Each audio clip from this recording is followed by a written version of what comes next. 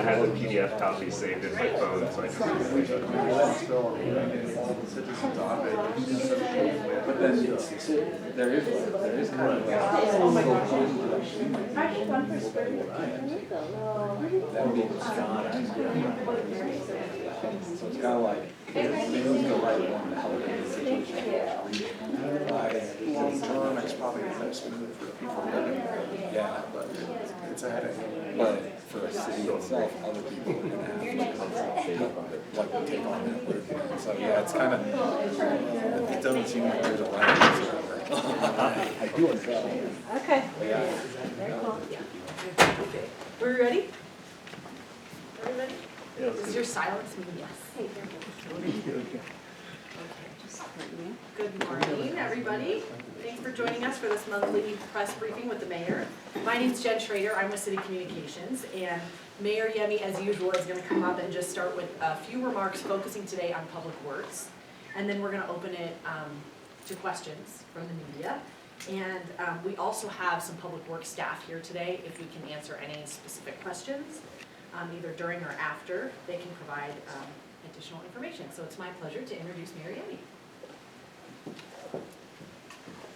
Thank you, Jen, and good morning. I'm moving the mic. Can you still hear me? Okay. First of all, I want to recognize Councilmember Henjum in the House visiting, and grateful for your leadership. So thank you all for joining me for our March press briefing. Welcome to Springster. At least that's what I'm calling it. The season between winter and spring, where we experience snowstorms and more potholes. And yes, our public works staff is working on your behalf. By way of review, the three most essential functions of your city, local government, is public safety, caring for our public parks, and caring for our public infrastructure. So public infrastructure is my focus for today's press briefing. And there are three things that I want to share with you related to public infrastructure, then I'll open up to questions from the team. So first thing I want to address is last week's snowstorm. According to the National Weather Service, Colorado Springs received over 2 feet of snow, and that's a lot of snow. And I'd like to point out that officially we are in second winter. First, thank you to the residents for heeding advice, avoiding travel when possible, and for quickly clearing your sidewalks. And our local media, you guys played a big part of that, so I want to thank you too for your hard work in communicating to our public. I'd also like to thank our city employees for their professional response, from our first responders to the plow drivers to the forestry staff. The city had hundreds of dedicated public servants working around the clock to keep our residents safe and to keep our city moving. This also included our airport. Though some airline carriers chose to suspend travel, our airport was still open, and I'm proud to say it was never closed, and they were keeping up with their infrastructure needs as well.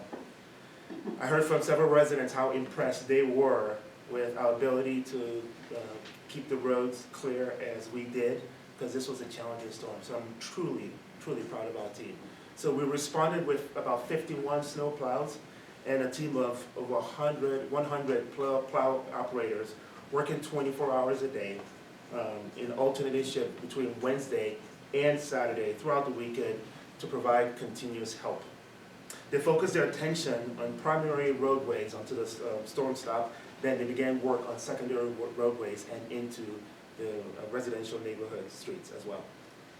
The snow crew paid special attention to Tejon Street downtown to ensure that the roads were clear for the downtown St. Patrick's Day bike ride and parade and 5K run.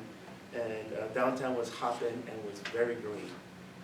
I also want to give a shout out to Switchbacks FC fans who helped a team literally shovel out the snow. That was really beautiful to watch the community come together. And a shout out to our favorite CC Hockey Tigers, who played last Friday and Saturday and Sunday, and we are eagerly anticipating the news of whether or not they make it to the NCAA tournament. Again, kudos to our public works team, and we're thankful for the hard work, and to our first responders who were working in harsh conditions to help those in need.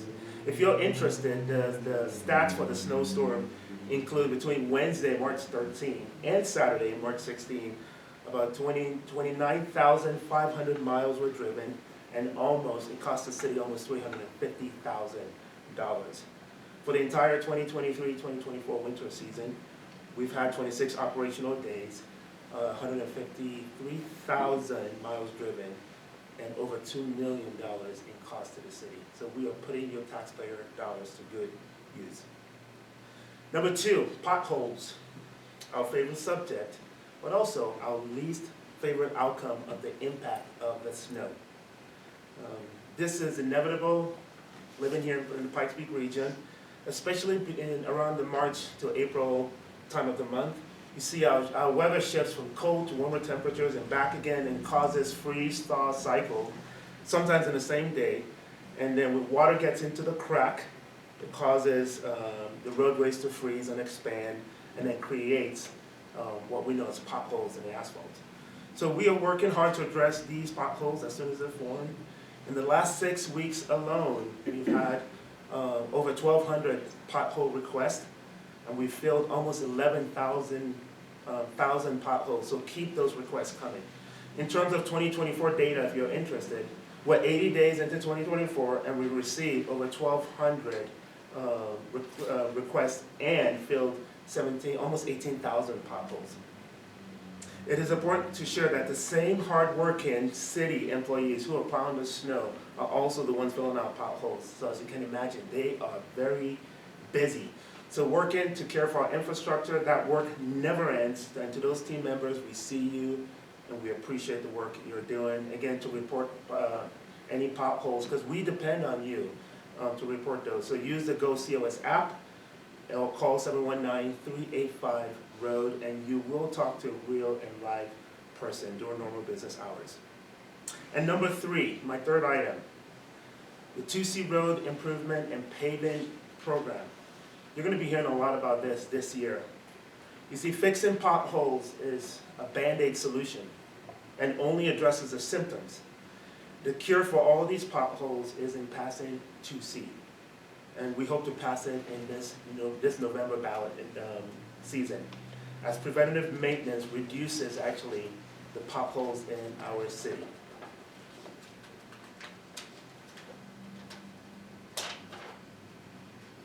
(2C) is a proven road maintenance program. Voters voted it in 2015 and voted it again in 2019. And I believe the voters have voted it twice now because they believe it is working. This dedicated sales tax has repaved nearly 1,600 miles of roadways and upgraded adjacent concrete that protects and extends the life of these roads. And while we've been doing great work for the last 9 years, there's still thousands of lane miles that need to be repaved as we catch up on decades of deferred maintenance. So we need to work to ensure that 2C continues to work for our residents so that we can make our roads even better.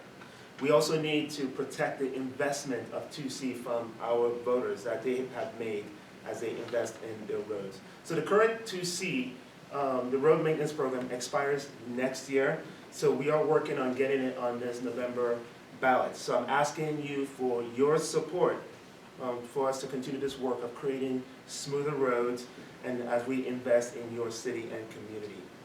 This is why I am proud today to announce a couple of new public-facing platforms to better inform our public and to help tell the story of 2C and how it has benefited you over the last 9 years. I hope you use this tool to learn more about how the impact 2C has had in our great city and how we need to keep moving forward. So first, we launched a new web page this morning for you to better understand and for us to communicate better to you about 2C. So you can find that at coloradosprings.gov/2C. Second, there's a link from this landing page with an interactive story map. This is actually really exciting, that visualizes 2C's impact on our roadway network. And as you can see on the screen, the story map is doing 3 things. It It would show some before and after impressive photos of what the roads were like and then what they are after. Number 2, these graphics would also tell you how this initiative has actually helped save taxpayer money. And number 3, it would show you the overall impact 2C has had on pothole reduction when you look at our entire infrastructure. So check it out, coloradosprings.gov/2C. Okay, I am notorious for a bonus item. I never stick to my 3. So here's my 4th item for today. In honor of Women's History Month, I'll be remiss if I didn't honor the women in our city who contribute to the families, the workplaces, the neighborhoods, and advancing human flourishing in our city. So in honor of Women's History Month, I want to mention 3 of Colorado Springs' past women legends who were influential in shaping our city. Julia Archibald Holmes in 1958 was the first woman on record to summit Pikes Peak, which has inspired tons of other women and people in our community to do the same. Julie Penrose, the daughter of the former Detroit Mayor Alexander Lewis. Julie was extremely generous in many areas in our community, and she was the president of Elpamar for 16 years. And to the Black female entrepreneur Fannie Mae Duncan, who many of us know, who she founded the Cotton Club, a jazz club that welcomed some musical greats such as Louis Armstrong in our community. Fast forward to today, many of the women in our community are continuing that legacy and are still crushing it. So I'd like to thank the women of my city team and in our community for their excellent work. And a special shout out to council members Lynette Crow-Iverson, Yolanda Avila, and Nancy Henjum, and Michelle Tellerico. You are setting a strong example of leadership, and I see you all. And to my wife Abby, the First Lady, for her dedication to our city and her leadership with advancing healthy communities, especially in the arena of mental health. So at this point, I want to open up to questions from our media partners.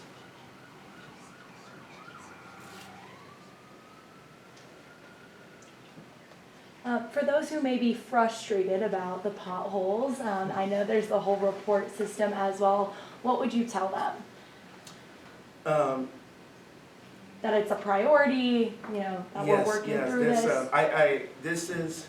This is March and April in our community. This is part of living in the Pikes Peak region. So that's the first thing. The second thing, the number of potholes that we've seen, the number of reports, it's on par with what we've seen in the past. And number 3 is your city's working for you, and we're actively working to address it, and we will catch up. We live in the largest geographical city in the state of Colorado, so there's a lot of grounds to cover, and which means also a lot of potholes to fix. And be patient with us, and we have a great team, dedicated public servants. Many times they're working around the clock in this season, and we will get to those potholes.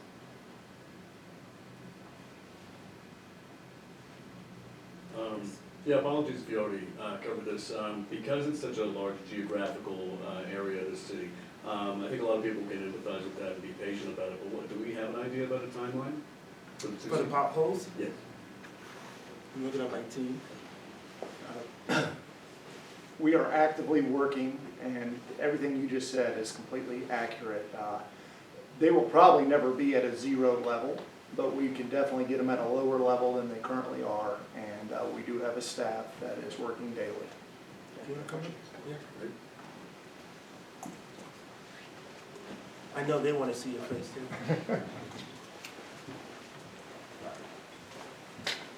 Say your name and spell it for him, Clinton, your title. We go to that. All right. You want me to simply say that all again, or do you want to ask a specific question for an answer? Don't forget to say your name and title. Clint Brown, Street Operations Manager, City of Colorado Springs. Yeah, I think what you just said was very well said. And, Okay. yeah, if you want to say that again, that'd be great.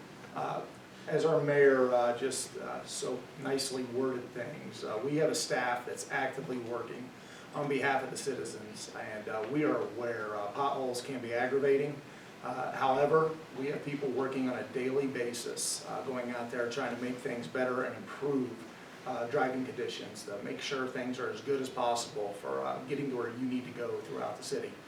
Right now, there are a lot of potholes out there, but we are actively making those numbers less on a daily basis, and we're doing our best to improve things and provide as good of an infrastructure as we possibly can.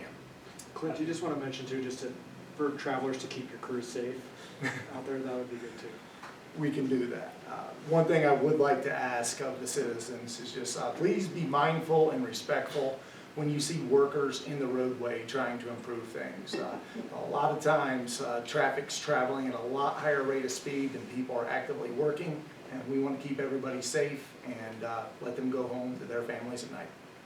I know the answer to this, but the people that are new to Colorado Springs may not know. What is creating these potholes, or like how are they formed?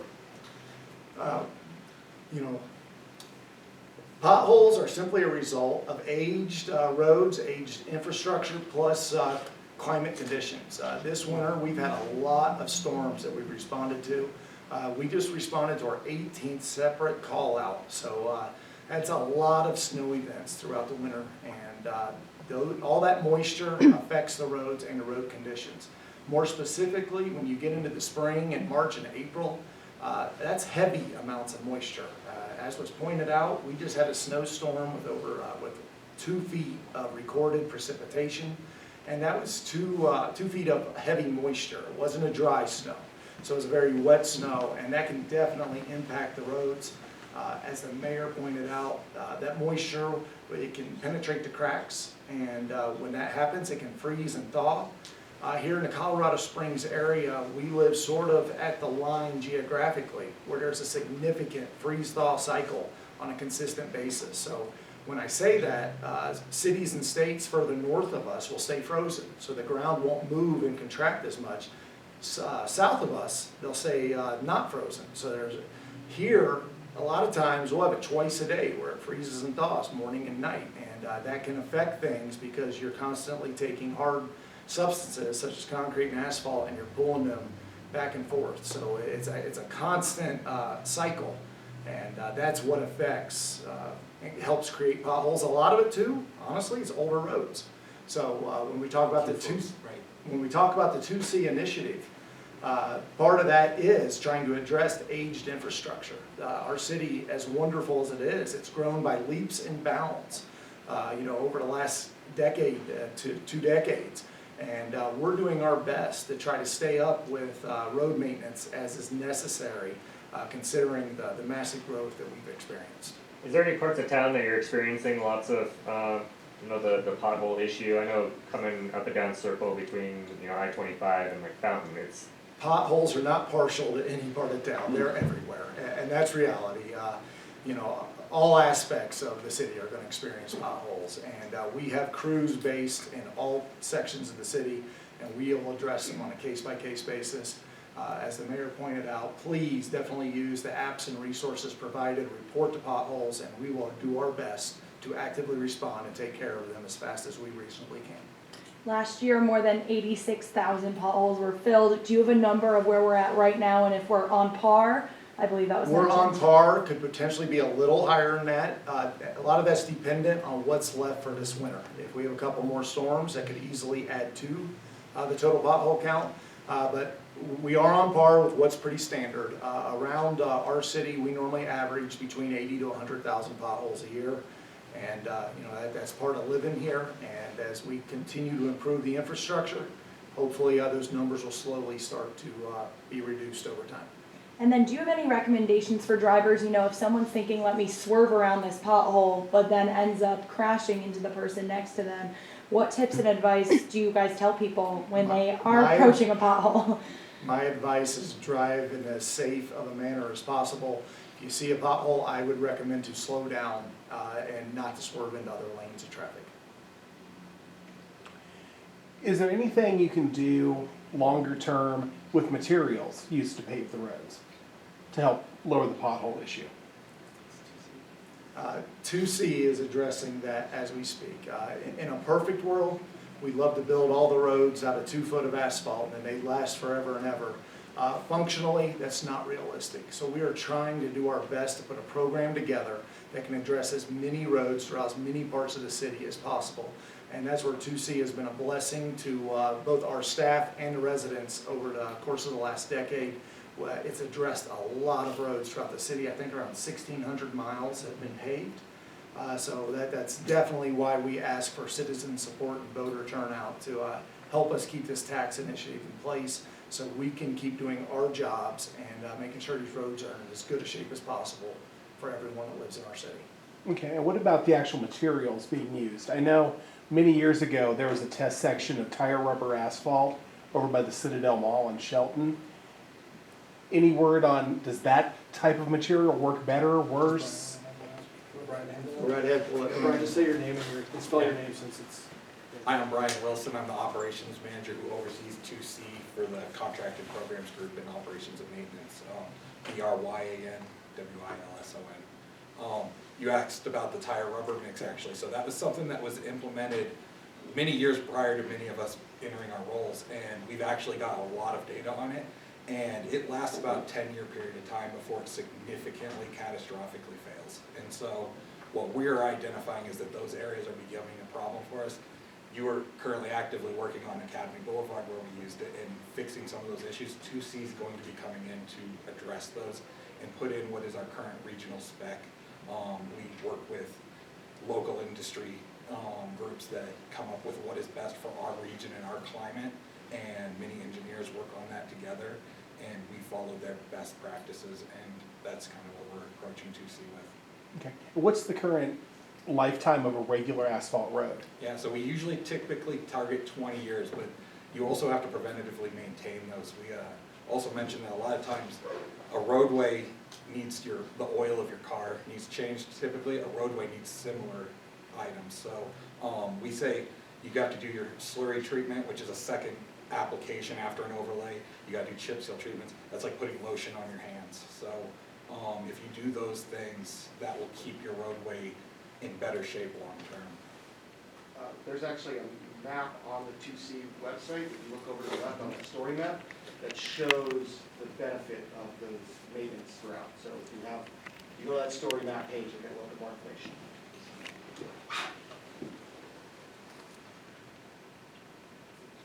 Other questions for Brian or for Clint on 2C or potholes? Thank you. And thank you both, really, Brian and Clint. You got a taste of our excellent team members behind this work. One of the things I say quite a bit with just about every single initiative we have at the city, there are two ways we approach it, downstream and upstream. So when the questions around potholes are all about downstream and how quick we respond to the needs right now. But upstream is all about, for us, when it comes to road maintenance, is about preventative, and that's why 2C is really important. You know, we can keep up with all the potholes, but ultimately, we have to ensure that we're investing in our aging roads and infrastructure to ensure that every year we're not dealing with so many potholes. So I am hopeful as we invest more in our own infrastructure that we won't be having as long of a conversation on potholes. Any other questions? Yes.